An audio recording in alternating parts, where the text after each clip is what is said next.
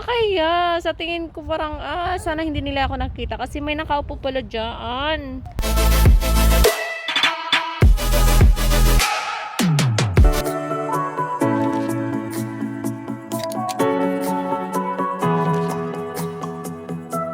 So, hello mga mi! Sa tanghaling tapat nga pala dito. Tapos, dahil wala si Daddy Ralph at kami lang sa bahay, so dadalhin ko si Max sa park para naman mamaya maganda yung tulog niya. So, as you can see, ayan, kinuha na naman niya yung bottle doon. So, yeah. Kasi nakaka-bored na araw-araw kami lang dalawa sa bahay kasi si Daddy Ralph nga balik office na siya sa work. So kaya naman naisipan kong dalhin siya sa park today. Medyo mahangin nga ngayon, so mainit naman yung weather pero yung ano niya is mahangin. So okay lang din. So yeah, hi Max, say hello. Hi. So, buti na lang talaga is hindi na nilagnat si Dudong Max ngayon. So, parang nawala na yung lagnat niya. And yeah, hopefully tuloy-tuloy na. And yeah, dadalhin ko siya sa park para maaliw siya at hindi siya ma-bored sa bahay kasi puro nilang TV yung kaharap niya doon. And yung playground niya, kaso lang ayaw niya maglaro dun sa playground niya. Whew! Nakakapagod. Ay, hinihingal ako sa kakahila ng cart na to. So, ayan. Medyo distansya dito sa amin yung park. Pero okay lang. Exercise na rin si Buntis. Anyway, umuwi nga pala si Daddy Ralph kanina for lunch. So, after lunch, ayun, bumalik na siya ulit sa office. Kaya, naisipan naming lumabas na lang for today. Para hindi ma-bored lalo si Dudong Max. Samahan nyo kami! So, dito tayo dadaan sa shortcut again. So, andun yung place namin doon. Yan. So, dito, ito yung walking area ko dito sa tuwing gusto kong maglalakad. So, every time din after dinner namin, dito kami naglalakad ni Daddy Ralph tsaka kami ni Max. Minsan pinapalakad ko rin si Max. Hindi laging nakasakay lang sa cart. So, yan mga may papasok kami dito. Dahil dito nga yung shortcut. Dito nga pala yung school. And doon nga pala banda sa baba dyan is Rhine na siya. So yeah, nature area nga pala tong place namin. So, pero highway din yung katabi. Dito lang ilang is shortcut kung saan pupunta kayo sa park. Hindi kami dumaan doon sa highway para mas madali kami makarating doon. So yeah. Ouch! Si Max nag-enjoy lang siya dyan. Buti na lang hindi siya tumatayo kasi pag tumatayo wala naman tao sa likod, hindi ko siya mabantayan. So yeah, malapit na kami. Ito nga pala yung paaralan ni Ate Ana before. So dito kami sa likod dumaan. May naiihi ako. Ito talaga yung pinaka problema ko. Oh my god, hindi ko alam kung saan ako iihi kasi walang CR dito malapit. Unless kung babalik kami. Oh my god. Ang hirap talaga pag buntis. Lagi ka na lang naiihi. Hindi ko alam kung saan ako iihi nito ngayon. Kakarating lang din namin, no? Malapit na kami. Tapos ngayon pa talaga siya. Ito yung school. Malaki yan dyan. Likod lang to. Pero pag dun sa harap, sobrang laki. Ayan. Lapit na kami. Isang liko na lang. So mga mi, nandito na kami sa park. So dito kami maglalaro ni Max. Tsaka yan si Dodo Max. Relax na relax lang. Buti na lang. Nakaupo lang siya. So, nandito na nga kami sa park. Tapos nagsialisan naman yung mga bata dito kanina. So kami na lang ni Max dito. Walang ibang naglalaro. Look at him. Ito yung gustong gusto niya. Ha? Yeah, let's go, mommy. Yeah, enjoy. Yeah. Play there, okay? Yeah, mommy is here. So, ito yung small playground nila dito. Tapos, dyan sa taas is yung school. Yeah, as you can see, wala pang naglalaro ngayon. Pero mamayang hapon, for sure, maraming mga bata na pupunta dito. So, ngayon, si Max na lang muna. Alam nyo ba, sa totoo lang, di ba sabi ko, naihina ako. Sobra, parang hindi ko na siya mapipigilan. So, naisip ko na lang na tumabi muna doon sa gilid kanina. Tapos, tingin-tingin ako, parang wala namang taong nakasunod sa amin. So, wala. Nilabas ko na talaga kasi hirap naman kung uuwi kami agad, 'di ba? Tapos dahil lang sa naiihi ako. So hindi ma-enjoy ni Max yung paglalaro niya dito sa park. So hindi worth it. Tapos sobrang nakakahiya. Sa tingin ko parang sana hindi nila ako nakita kasi may nakaupo pala diyan. Kita niyo doon mga mi. May nakaupo pala doon banda. Ayan. Tapos doon ako sa gilid na 'yan. Oh my god. Nakakaloka, diba? Parang sa akin talaga bahala na. Kasi paglabas ko, saka ko pa napansin na, may nakaupo pala dito. Tapos hindi lang isang tao. So, sana lang hindi nila napansin. Nagmamadali talaga ako kasi nga hindi ko na mapigilan yung sarili ko. Kaysa naman umuwi kami at babalik kami, kakarating lang namin dito. So, ayun. Bahala na. Hindi naman siguro nila napansin yun. So anyway, ito nga pala yung small town dito sa amin. Tsaka dyan is ice cream area. So parang gusto ko mag-ice cream. Kaso lang parang hindi ko pwedeng iwanan si Max dito mag-isa. So mamaya na lang.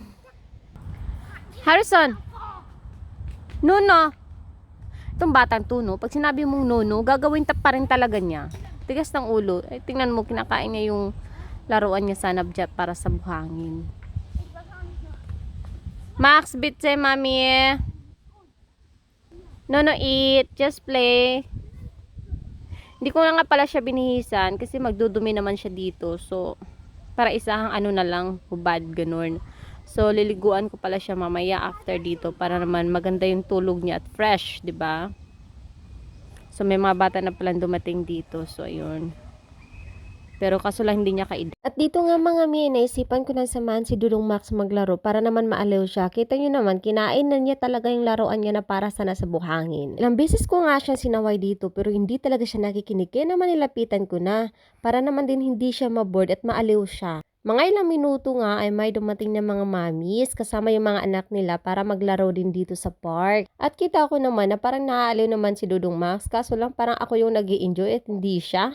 Imbes na siya yung maglaro, ako talaga yung pinapanood niya. Ang nilalaro ko nga si Dudong Max, syempre, panaylingon din ako kasi baka mamaya may mahagip na bata dito sa kamera ko. Buti na lang talaga ay sinabayan ako ni Dudong Max maglaro. Pero syempre, tingnan nyo naman, nakatingin si Dudong Max doon sa mga batang umaakyat dahil hindi naman siya marunong. Dito nga, naisipan ko na lang na putulin yung kamera ko kasi marami na mga batang dumarating.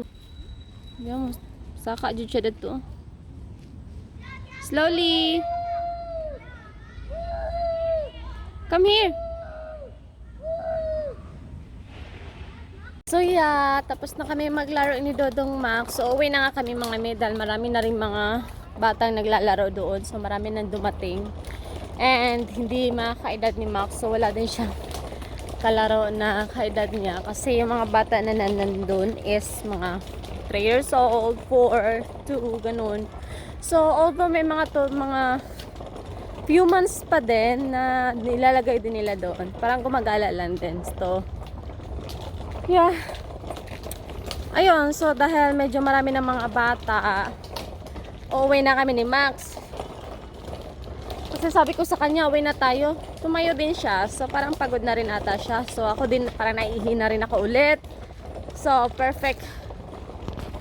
Tapos, may dumaan pa dito na sobrang ingay. Paikot-ikot. Hindi ko alam kung ano yun. Max, are you done playing? Yeah, are you tired now? Yeah? So, let's go home now, okay? Yeah, relax ka lang dyan. So, balik na naman kami sa daan namin. At dito nga pala ako umihi kanina. Oh my God. Oh my God, mga mi. Dito nga pala ako nakaupo kanina. Tapos, andun, dyan pala. May nakaupo dun banda. Ay, teka lang. Zoomin ko nga. Dyan pala may nakaupo doon. Ganon. So, buti na lang talaga. Di ko alam kung nakita ako. Wala talaga pakialam sa mundo. Basta ako makasurvive ako doon sa nararamdaman ko. Diyos ko. Kahit hanggang ngayon, parang feel ko pa rin talaga na gusto ko rin umupo dito sa gilid agad. Kasi naiinom naman si Buntis. Nakakapagod pala humila nito. Medyo mabigat na kasi si Dodong Max. Ayan. Chill na chill lang siya. Inom ng tubig. Ito yung gusto ko sa kanya. Kasi kahit hindi mo siya pagsabihan, umiinom talaga siya ng tubig. Ito pala yung nag-iingay doon kanina sa park na paikot-ikot. Tapos ito pala yung kinakalat niya. Hindi ko alam man to. Dumi or ano. Parang fertilizer. Nice. Yun nga mga may dumaan na bike. Dito kasi yung area na shortcut kung saan dumadaan may mga bike na dumadaan, naglalakad na mga for mommies, dala yung mga aso nilang alaga. So yeah. Yun nga yung mukha ni Dodong Max, parang inaangkot na. Pagod na. So buti na lang. Tutulog na to after maligo mamaya. So yan, nandito na kami sa labas. Grabe. Ang hirap pag hila, nakakapagod. Max, bakit parang biglang bumigat ka? Balik sa daan kung saan kami dumaan kanina. Ang ganda ng panahon today. Kita niyo yung clouds, 'di ba? Sobrang blue. Yeah. Mainit na siya. Pero buti na lang yung simoy ng hangin is medyo malamig. So, parang nagbabalance lang din yung weather. Hi Max, did you enjoy today? Diyos ko ng batang to. Pag sinabi ko talaga huwag mong kainin, pilagi niyang kinakain. Hey, Max, your hands is dirty, mama. Harrison, do not eat your hands. It's dirty. My God, kagay gulo eh. Bibitok ng bataan na. Oh my God. Sobrang init na ngayon. Ang layo pa ng lalakarin namin. Parang gusto ko na makarating agad sa bahay. At finally nga, dumating na rin kami sa bahay. Nakakapagod talaga, lalo na sa weather ngayon. Sobrang tirik na tirik yung araw dahil nga tanghaling tapat.